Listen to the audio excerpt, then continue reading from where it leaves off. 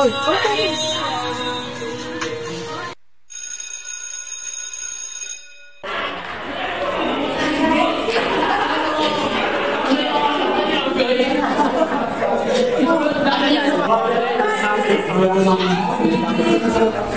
Beijing. Tama.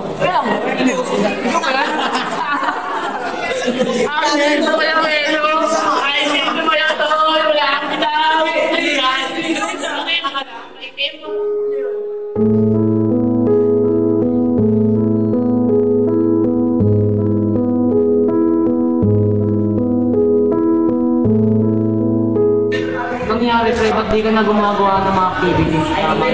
Dami na lang pre. Hindi na kami ngayon na dyan. Oo pre, napapansin na namin yan. Parang di ka na gumagawa. Yan sa'yo. Okay, last day first.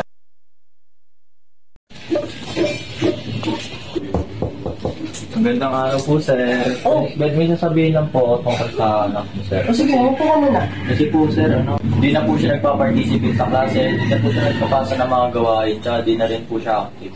Hala? Pwede pong pakicheck na lang po yan ang yung may problema po. Sige, sir.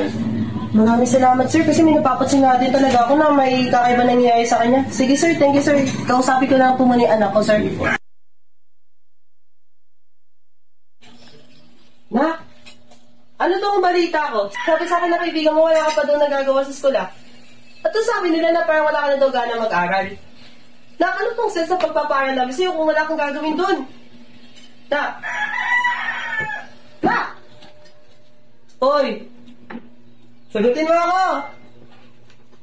Mabilis ang pagbabago ng ating teknolohiya, ngunit nakakalimutan natin na sumabay sa pagbabago nito. Ilang tao pa ba ang masisiraan na kumpiyansa sa sarili? Bakit hindi tayo magbago kasabay na teknolohiya? Bakit hindi natin isabuhay ang katagang think before you click?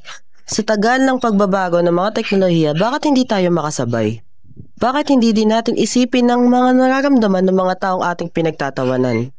Bakit hindi natin pag-isipan ang ating mga sasabihin bago natin ito ilagay? Dahil sa totoo lang, sa likod ng mga maskarang nagpapangiti sa inyo ay mga taong ayaw lang din naman masaktan.